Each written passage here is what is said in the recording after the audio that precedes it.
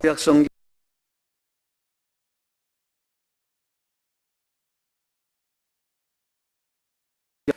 스가랴 1장 1절로 6절 말씀을 합독하십니다. 시작. 다리오 왕 제2년 8째 달에 여호와의 말씀이 이또의 손자 베레가의 아들 선지자 스가랴에게 임하니라. 이르시되 여호와가 너희의 조상들에게 심히 진노하였느니라. 그러므로 너는 그들에게 말하기를 만군의 여호와께서 이처럼 이르시되 너희는 내게로 돌아오라. 만군의 여호와의 말이니라. 그리하면 내가 너희에게로 돌아가리라. 만군의 여호와의 말이니라. 너희 조상들을 본받지 말라. 옛적 선지자들이 그들에게 외쳐 이르되 만군의 여호와께서 이같이 말씀하시기를 너희가 악한 길 악한 행위를 떠나서 돌아오라 하셨다 하나 그들이 듣지 아니하고 내게 귀를 기울이지 아니하였느니라. 여호와의 말이니라. 너희 조상들이 어디 있느냐? 또 선지자들이 영원히 살겠느냐? 내가 나의 종 선지자들에게 명령한 내 말과 내 법도들이 어찌 너희 조상들에게 임하지 아니하였느냐? 그러므로 그들이 돌이켜 이르기를 만군의 여호와께서 우리 일대로 우리 행위대로 우리에게 행하시려고 뜻하신 것을 우리에게 행하셨다 하였느니라. 아멘. 지금 우리는 에스라서 4장과 5장 사이에 성전 건축을 중단한 상태에서 학개 선지자가 하나님의 보내심을 받아 성전 건축을 재개하라는 명령을 내렸던 학개서를 마치고 학개와 동시대의 사람으로 나이는 학개보다 훨씬 후배인 스가랴 선지자가 기록한 스가랴서를 살피게 됩니다. 오늘은 스가랴서 서론적인 말씀을 먼저 드리고 본문을 들어가겠습니다. 포로에서 귀환한 이스라엘, 정체성과 사명을 상실하여 성전을 건축을 시작했지만 아닥사스다 왕의 조서로 중단된 지 15년. 왕의 조서만의 문제가 아니라 자기들 속의 신앙의 나태함과 낙심과 게으름과 불신앙 이런 것들이 더 큰 원인이었습니다. 그래서 이스라엘 백성들의 정체성과 사명이 상실되어 멸절 위기에 빠져 있는 때에 하나님이 젊은 선지자 스가랴를 보내셨습니다. 스가랴라고 하는 말은 하나님이 기억하시는 사람이란 뜻입니다. 여러분도 다 하나님이 기억하시는 분들이 되길 바랍니다. 스가랴는 제사장에게 속한 사람이었습니다. 제사장으로서 예언 역할을 했습니다. 에스겔과 같습니다. 또 스가랴는 순교자로 알려졌습니다. 구약성경 스가랴서나 구약성경의 스가랴가 순교자라고 하는 증거는 없습니다만 신약의 마태복음 23장 35절에 이렇게 기록되어 있습니다. 그러므로 의인 아벨의 피로부터 성전과 제단 사이에서 너희가 죽인 바라가의 아들 사가랴의 피까지 땅 위에서 흘린 의로운 피가 다 너희에게 돌아가리라. 화 있을진저를 연거푸 말씀하셨던 마태복음 23장에서 이 스가랴가 그 스가랴인 것으로 확신되는 것은 그 아버지의 이름까지도 같기 때문에 많은 학자들이 거의 확실하다라고 말합니다. 바라가의 아들 사가랴, 오늘 본문에는 베레가의 아들 스가랴, 같은 뜻입니다. 발음만 좀 다른 겁니다. 그러므로 스가랴는 목숨 바쳐 불의의 세력과 불신앙의 세력과 항거하여 성전을 사수하다가 성전에서 피 흘려 죽습니다. 스가랴는 학개와 더불어 성전 건축을 독려하고 무너진 하나님의 백성의 정체성을 회복시키며 더 나아가 장차 도래할 메시아 왕국의 소망을 자세하게 제시한 선지자입니다. 스가랴서의 특징을 네 가지를 말씀드리겠습니다. 첫째는 스가랴는 소선지자 중에서 가장 긴 선지자로 선지서로 난해합니다. 소선지자라 하면 선지자가 작아서가 아니라 예언의 내용이 작아서 소선지자라고 이미 말씀드렸습니다. 그 중에서는 제일 긴 선지서가 스가랴서입니다. 14장으로 되어져 있습니다. 그런데 난해합니다. 꼭 계시록과 비슷합니다. 두 번째 특징은 문체가 아주 다양합니다. 전반부인 1장부터 8장까지는 산문 형식으로 문장이 되어 있습니다만 9장부터 14장까지는 그것은 시가 형식으로, 묵시문학적 형식으로 기록되어 있습니다. 그래서 문체가 다양한 게 스가랴서의 특징입니다. 세 번째로 스가랴서는 신약에서 인용이 아주 많습니다. 요한계시록에서만 스가랴서를 28번 인용했습니다. 전체적으로 신약 성경에서 약 71번 정도로 인용한 것으로 학자들이 말합니다. 굉장히 많이 인용한 겁니다. 네 번째로 스가랴서는 중요한 기독교 신앙의 가장 중요한 세 가지 이 항목에 대해서 메시아 예수 그리스도와 그 교회와 종말론에 대해서, 즉 그리스도론과 교회론과 종말론에 대해서 다루고 있습니다. 아주 깊은 내용입니다. 학계는 연세가 많아서 스가랴와 같이 약간 동안 활동하다가 사라졌지만 스가랴는 그 후로 수십 년 동안 사역하면서 오묘하고 깊은 예언 활동을 했습니다. 스가랴서에 나타난 귀중한 진리는 그리스도론, 교회론, 그리고 종말론입니다. 스가랴서의 대표적인 주제는 회개를 통한 성결입니다. 회개를 통한 성결, 회개를 통한 회복, 그 회복과 성결을 말씀하면서 회개를 강조했습니다. 그것을 성전 건축과 영광스러운 메시아 왕국을 설명하면서 회개를 통한 회복과 성결에 관한 말씀을 주제로 다루고 있습니다. 스가랴서의 내용은 전반 1장부터 8장까지는 성전과 예루살렘 재건에 대한 말씀이고 9장부터 14장까지는 그리스도에 관한 말씀과 종말론입니다. 여기서 그리스도에 관한 말씀은 그리스도의 초림, 예수님이 이 세상에 처음 오셨을 때의 이야기, 유명한 9장 9절 나귀 타고 입성하시는 모습이 바로 스가랴 9장 9절에 나옵니다. 그리스도의 초림으로 시작해서 그리스도의 재림까지의 그리스도 종말론이 나와 있습니다. 그게 후반부입니다. 좀 더 자세히 내용을 살피면 오늘 우리가 읽은 1장 1절로부터 6절까지가 스가랴서 전체의 서론입니다. 그리고 1장 7절부터 6장 마지막 절까지가 8가지 환상이 나옵니다. 8가지 환상. 그리고 7장부터 8장까지가 2가지 메시지가 나옵니다. 2가지 메시지. 여기까지가 전반부입니다. 그리고 이제 9장부터 14장까지가 예언이 나옵니다. 메시아에 관한 예언, 초림에 관한 예언, 재림에 관한 예언 등등, 성령의 역사에 관한 예언 등등, 아주 기독교의 굉장히 중요한 진리를 구약 성경에서 스가랴 선지자는 다루고 있습니다. 본문으로 들어가겠습니다. 여러분 집중하셔서 1장 1절을 같이 읽습니다. 시작. 다리오 왕 제2년 8째 달에 여호와의 말씀이 이또의 손자 베레가의 아들 선지자 스가랴에게 임하니라. 이르시되 여호와가 너희의 조상들에게 심히 진노하였느니라. 거기까지 읽습니다. 이또의 손자, 그러니까 이또상이 아닙니다. 일본 사람 아니고 이또 히로부미 뭐 이렇게 말하면 안 됩니다. 이또의 손자 베레가의 아들 선지자 스가랴.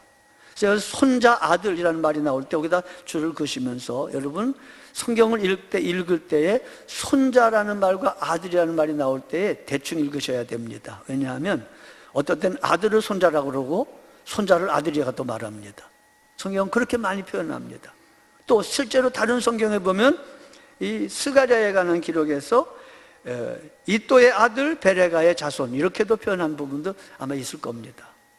그러니까 아무튼 이또와 베레가의 후손 스가랴라 그렇게 알면 확실합니다. 다리오 왕 제2년 8째 달, 이거는 학개 선지자가 다리오 왕 제2년 6째 달에 말씀한 것과 2달 차이입니다.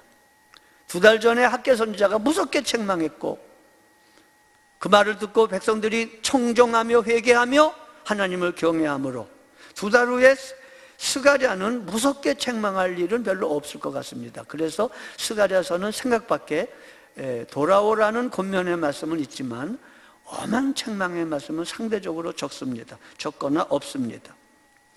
이 스가랴가 예언 활동을 시작했을 때는 약 BC 주전 520년경으로 추정합니다. 2절에 보면 이렇게 스가랴가 어떤 사람이며 어떻게 하나님의 말씀을 전하기를 시작했는가를 말씀한 후에 2절에 여호와가 너희 조상들에게 심히 진노하였느니라 라고 말씀을 시작합니다. 하나님이 너희 조상들에게 심히 진노했다. 왜 그랬을까요? 세 가지를 말씀드렸습니다. 다니엘서에서. 첫째로 저들이 하나님을 떠났고, 둘째로 우상에게 갔고, 셋째로 하나님의 언약, 레위기 신명기 언약을 어겼습니다. 그것 때문에 하나님이 심히 노여했습니다. 왜 노여했을까요? 자기 백성을 사랑하셨기 때문입니다. 질투하셨기 때문입니다. 원수가 집안 식구리라고 말했는데 맞죠? 원수가 집안 식구입니다. 여러분, 원수가 어디 있습니까? 집안에 있습니다. 원수가 어디 있습니까? 같은 교회 안에 있습니다. 저 몽고 사람은 원수가 아닙니다. 끝까지 사랑의 대상자입니다. 부딪히고 만나고 기대하고 상처받고 서로 그렇게 되다 보니까 그게 속상해서 화를 잘 냅니다. 저 화 여러분한테 잘 안 내요. 제가 목회하면서 5손가락에 꼽을 만큼 화를 냈습니다. 아주 안 냈다는 건 거짓말이고 성도들 앞에서 화를 낸 적이 그렇게 많지 않습니다. 제가 명백히 기억하고 있는 화가 몇 개 있습니다. 그 화를 받았던 분들에겐 정말 죄송합니다. 제가 은퇴할 때 사과할게요. 그러나 여러분, 우리 저 같이 사는 사람하고는 매일 화냅니다. 제가 매일 화냅니다. 성자 아닙니다. 저 사랑하기 때문에 화가 납니다. 기대가 있어서 화가 납니다. 사랑하는 사람이 내 마음을 몰라줄 때 화가 납니다. 더 이상 얘기 안 하겠습니다. 거기까지. 질투하시는 건 사랑 때문입니다. 그러니까 여러분, 배우자가 여러분한테 화를 내면 맞닥대고 화내지 마시고 얼마나 나를 사랑하니 저렇게 화를 내시나 그러면서 넓은 마음으로 양해하면 훨씬 은혜가 됩니다. 주님은 자기 백성을 택하시고 애굽에서 건져내시고 언약을 맺으시고 사랑의 대상자를 삼으셨기에 너희 조상들이 내 말을 거역하고 언약을 저버리고 내가 그렇게 그들을 사랑했는데 나를 떠나 우상에게 가니 내가 심히 진노했다고, 여호와가 너희 조상들을 심히 진노했다라고 말합니다. 3절 읽습니다. 시작.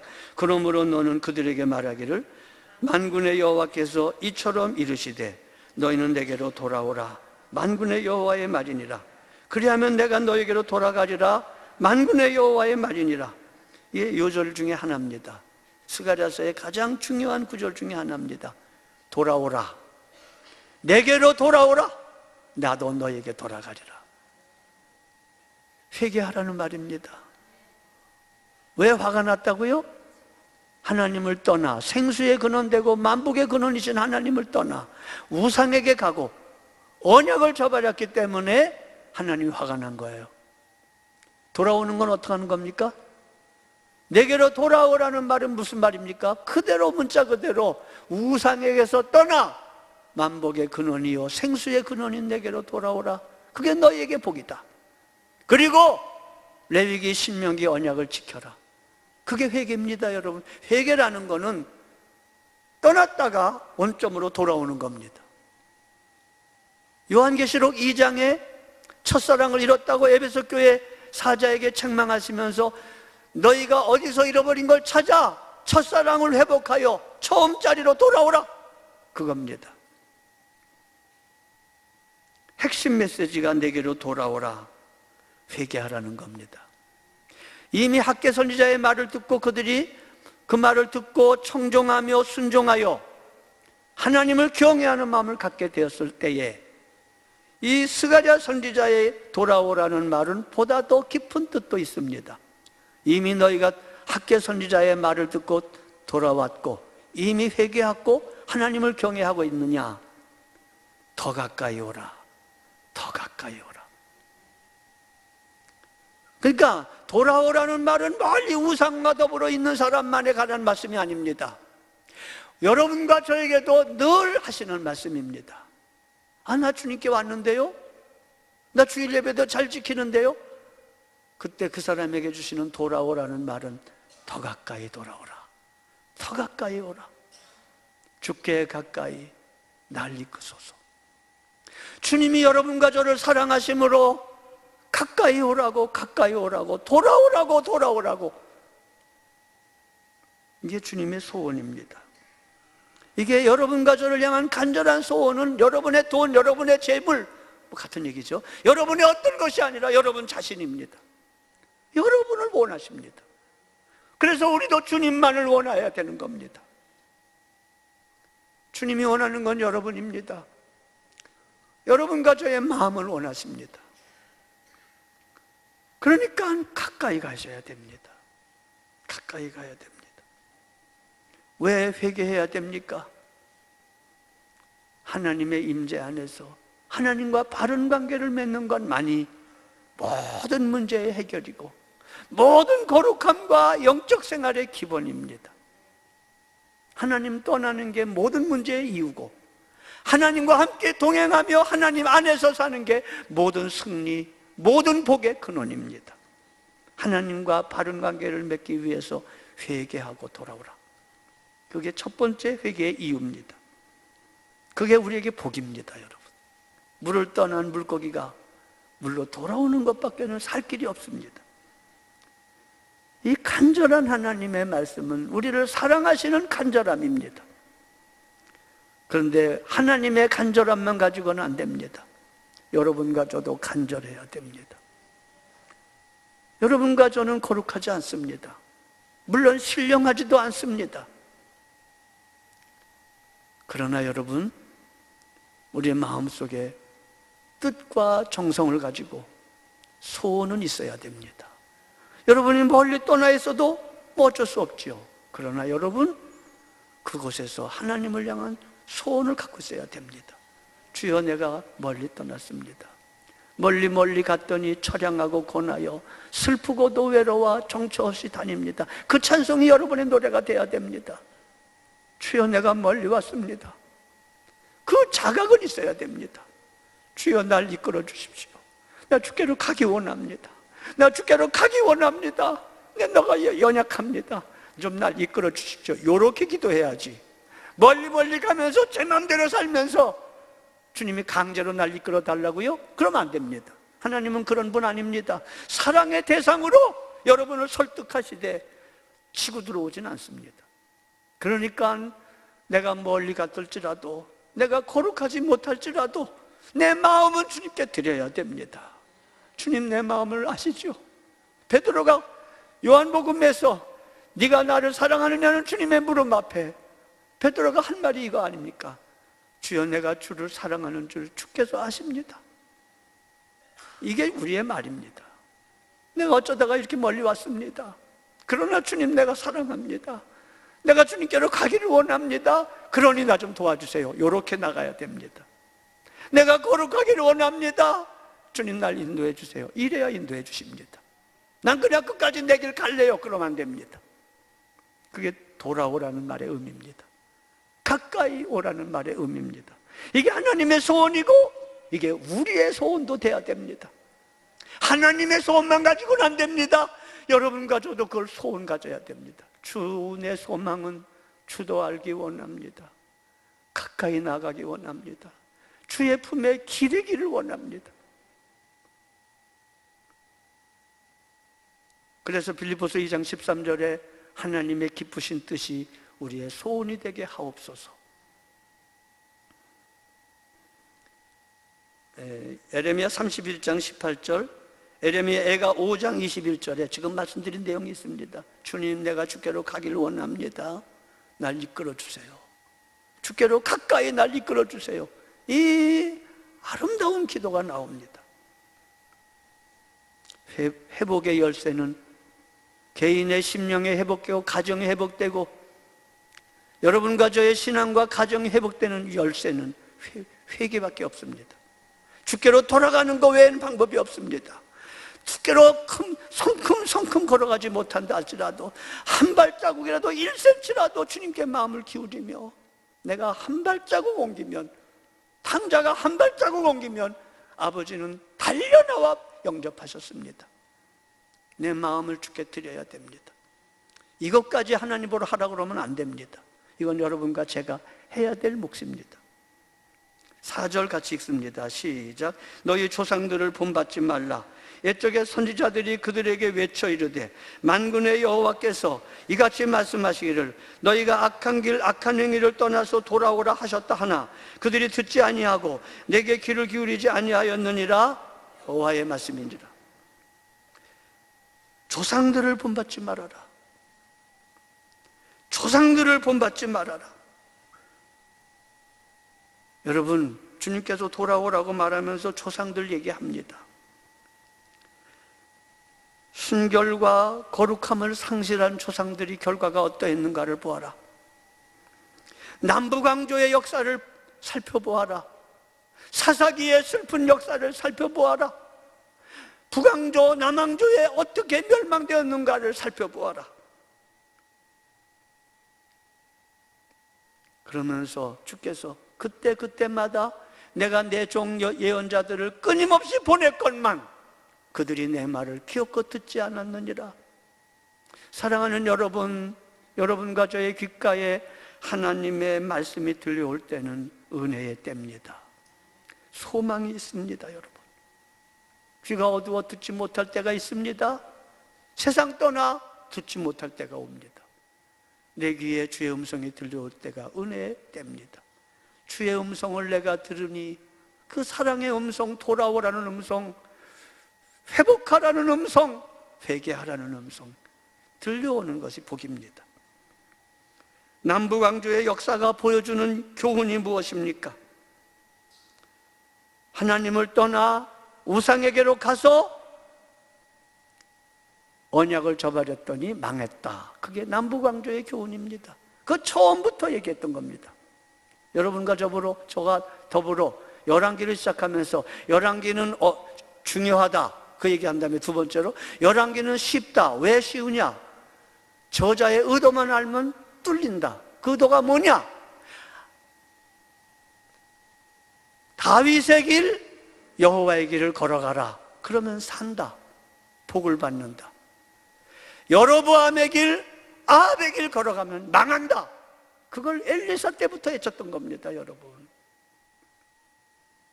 조상들을 본받지 말라는 말은 그들이 갔던 여로보암의 길을 가지 말라는 말이요, 그들이 행했던 아합의 행위를 따라가지 말라는 얘기입니다. 여러분과 저에게 오늘 역사 속에서, 조상들의 역사 속에서 교훈을 배우라는 말입니다. 그래서 여러분, 율법이 알맹이지요. 모세오경, 신명기, 이 율법서를 잘 상고하면 역사가 보입니다. 역사가 해석이 됩니다. 아, 이래서 이렇게 되고 이렇게 됐구나. 왜?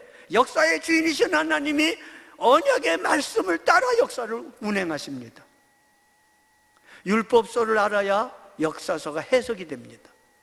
아, 이래서 고난받는구나, 아, 이래서 잘 됐구나가 답이 나옵니다. 그리고 역사서 속에서 예언자들의 말씀이 그 당시의 율법입니다. 그래서 율법엔 모세오경과 예언자들의 말씀이 역사 속에 집중됩니다.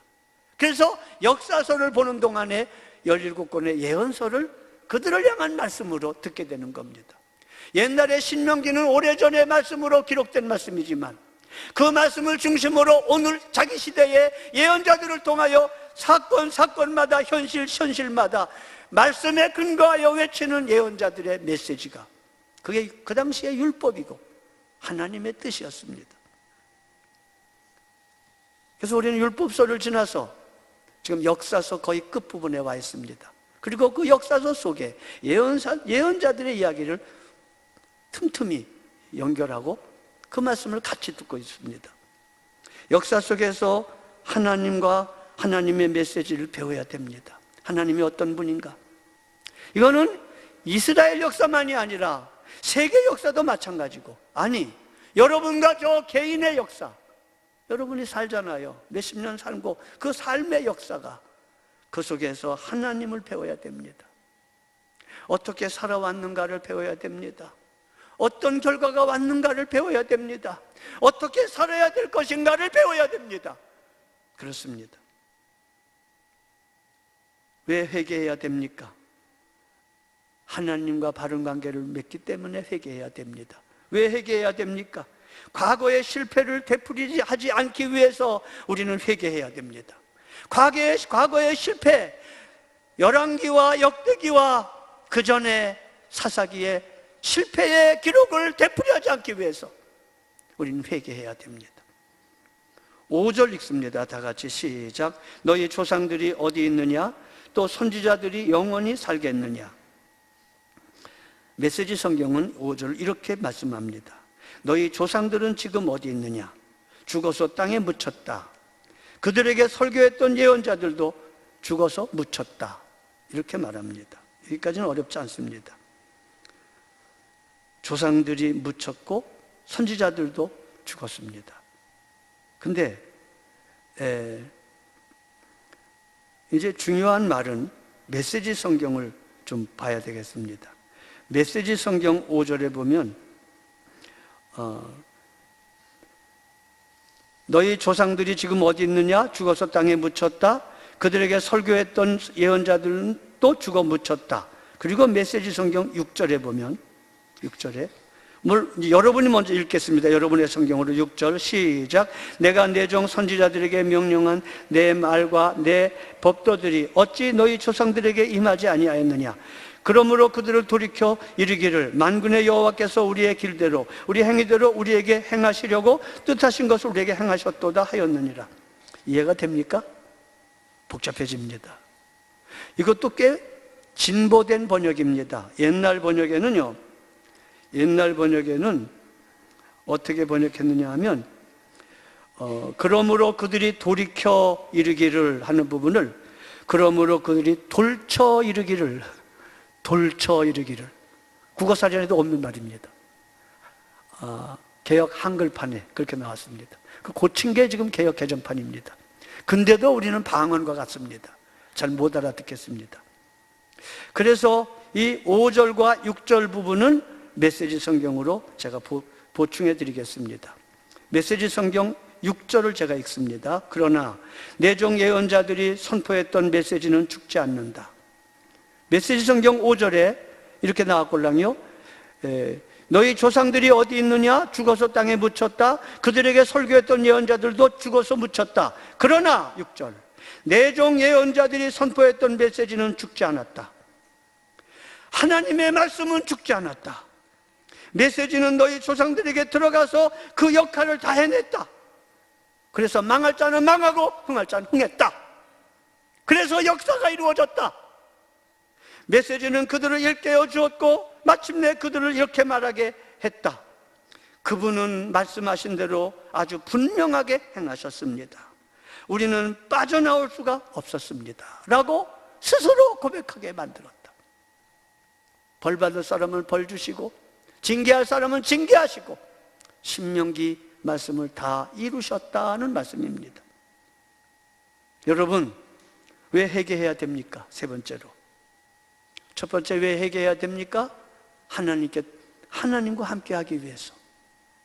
하나님과 바른 관계를 맺기 위해서 회개해야 됩니다. 두 번째로 왜 회개해야 됩니까? 조상들의 그 악한 것들을 반복하지 않기 위해서, 비극을 반복하지 않으려고. 세 번째로 왜 회개해야 됩니까? 우리 인생이 짧기 때문입니다. 우리 인생이 짧기 때문입니다. 늦기 전에 돌아와야 됩니다. 늦기 전에. 여러분과 저의 인생에서도 잃어버린 시간들이 있습니다. 잃어버린 시간들이 있습니다. 제가 늘 창세기 16장과 17장을 말씀드렸습니다. 16장 마지막 절에 아브라함이 이스마엘을 낳아 희희낙낙하는 것으로 16장 마지막이 끝나고, 그 다음 절 17장 1절에 86세였던 아브라함이 17장 1절에는 99세가 됩니다. 13년의 세월이 말도 없이 지나갑니다. 워치민이 형제님은 그것을 해석할 때 잃어버린 13년이라고 말합니다. 혹시 여러분과 저의 생애 속에서 하나님을 떠나 우상을 숭배하며 인간의 욕심과 이스마엘과 같은 것과 동행했던 삶이 있다면 어떤 면에서는 잃어버린 시간일 것입니다. 지나간 날 잃어버린 거야 어떻게 하겠습니까? 회개하고 돌이킬 수밖에 없는 거지만 남은 날을 잃어버려서는 안 되지요. 여러분이 많이 살았을수록 남은 날이 적을 텐데 그 적은 날을 잃어버려서는 안 되죠. 왜 회개해야 됩니까? 우리의 인생이 짧기 때문에 늦기 전에 회개해야 됩니다. 그러나 내종 예언자들이 선포했던 메시지는 죽지 않았다. 메시지는 그들 조상들에게 들어가 제 역할을 해냈다. 메시지는 그들을 일깨웠고 그들은 이렇게 말하며 돌아왔다. 그분은 말씀하신 대로 아주 분명하게 행하셨습니다. 우리는 그 말씀 앞에 그분에게서 빠져나갈 수가 없었습니다. 왜 회개해야 됩니까? 네 번째로 하나님은 말씀하신 대로 이루시기 때문입니다. 하나님의 말씀은 확실하기 때문입니다. 하나님은 반드시 말씀대로 이루시기 때문에 말씀으로 돌아가고 하나님께로 돌아가야 인생이 복됩니다.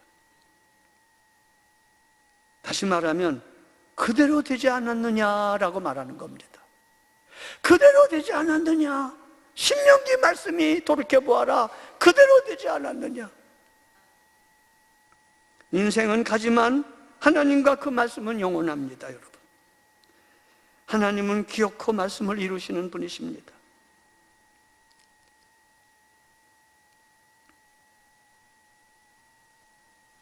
네,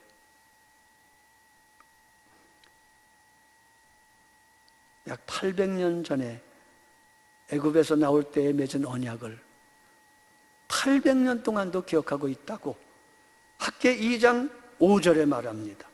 뭐라고 말씀하시냐면, 내가 애굽에서 나올 때에 내가 너희와 언약한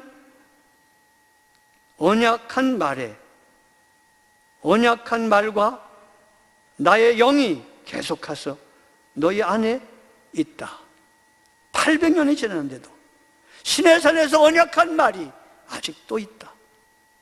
하나님의 언약의 말씀은 시간이 가도 폐해지지 않습니다. 그래서 회개해야 됩니다. 우리는 살아계신 하나님의 손에 빠져나갈 수 없습니다. 하나님의 손에서 벗어날 재간이 없습니다. 하나님의 손에 빠져나갈 수 없다는 게 화입니까? 아니요. 하나님의 사랑과 하나님의 목적과 하나님의 간섭에서 빠져나갈 존재는 없습니다. 하나님은 여러분을 간섭하십니다. 사랑으로 그 목적을 이루기 위하여 개입하십니다. 그게 로마서 8장 38절로 39절입니다. 내가 확신하노니 사망이나 생명이나 천사들이나 권세자들이나 현재일이나 장래일이나 높음이나 깊음이나 다른 어떤 피조물도 우리 주 예수 그리스도 예수 안에 있는 하나님의 사랑에서 끊을 수 없으리라. 빠져나올 수 없습니다. 이거 제가 출애굽기 설교할 때 거룩함은 운명이라고 말했잖아요. 운명. 하나님이 붙잡고 기어코 그의 목적을 이루시겠다는 겁니다. 담 넘어가려고 하지 말라는 겁니다. 길을 써서 담을 넘어가려고 해도 하나님의 담은 넘어갈 수 없습니다. 내만 맞지. 우리 인생은 하나님의 말씀이 이루어지는 인생입니다. 역사도 그렇고 이스라엘 역사도 세계 역사도 우리는 하나님을 믿어요. 우리의 인생은 하나님의 말씀이 이루어지는 인생입니다. 중요한 것은 여러분과 저의 일생에서 신명기 28장 1절로 14절의 말씀이 이루어지느냐, 신명기 28장 15절로 68절의 말씀이 이루어지느냐입니다. 전 여러분이 다 신명기 28장 1절로 14절의 말씀이 이루어지는 인생이기를 바랍니다. 말씀은 반드시 이루어집니다. 신명기 28장 1절로 14절의 행위가 있으면 그 행위 안에 그 열매가 있습니다. 그러나 신명기 28장 15절로 68절의 행위가 있으면 그 행위대로의 열매가 거기에 있습니다. 예외가 없습니다, 여러분. 갈라디아 6장 6절에도 심은 대로 거두리라는 건 절대 불변의 원리라고 말합니다. 성경과 성경의 역사와 세계 역사와 개인의 역사가 그렇습니다. 성경과 세계 역사는 허다한 증인들을 내세워 이 사실을 증언하고 있습니다. 하나님의 말씀이 이루어지는 것이 역사입니다. 이것을 오늘 깨닫는 사람, 오늘 깨닫고 하나님께 돌아오는 사람은 복이 있습니다. 미루다가 심판대 앞에 설 때에는 꽝입니다. 진짜 꽝입니다. 오늘 깨달아야 됩니다. 내 시간이 얼마 남지 않았구나. 옛사람의 실패를 답습해서는 안 되겠구나. 하나님께로 돌아가는 게 복이로구나. 하나님의 말씀은 반드시 이루어지는구나. 오늘 깨달으셔야 돼요. 오늘. 그날 깨달아서는 안 돼요. 오늘 깨닫고 오늘 고쳐야 돼요. 아무쪼록 하나님의 은혜에 반응하여, 부르심의 말씀이 은혜요, 성령의 감동이 은혜요, 이 은혜에 반응하여 회개와 순종으로 거룩함을 회복하는 진정한 자기 건축에 승리하는 저와 여러분들 다 되시기를 축복합니다. 그러므로 이스라엘아, 내가 이와 같이 내게 행하리라. 내가 이것을 내게 행하리니 이스라엘아, 내 하나님 만나기를 준비하라. 일어나시겠습니다. 기도하시겠습니다. 하나님 아버지, 회개가 회복에 이르는 열쇠라고 하셨나이다. 우리의 삶을 돌아보게 하시고, 하나님을 떠난 것이 있으면 하나님께로 돌아가게 하시고, 하나님을 멀리하고 있으면 가까이 가게 하옵소서. 하나님, 옛사람의 악습을 반복하지 말게 하시고 그들의 실패를 반복하지 않게 하옵소서. 하나님, 우리의 인생이 너무나 짧은 것을 기억하게 하시고 다 허망하게 끝나기 전에 돌이키게 하옵소서. 그래서 하나님의 말씀이 이루어지되 신명기 28장 1절로 14절처럼 이루어지는 인생들이 되게 하옵소서. 우리 구주 예수 그리스도의 대속하신 은혜와 하나님 아버지의 사랑하심과 주 성령님의 교통하심이 모든 분에게 함께 하시기를 축원하옵나이다. 아멘.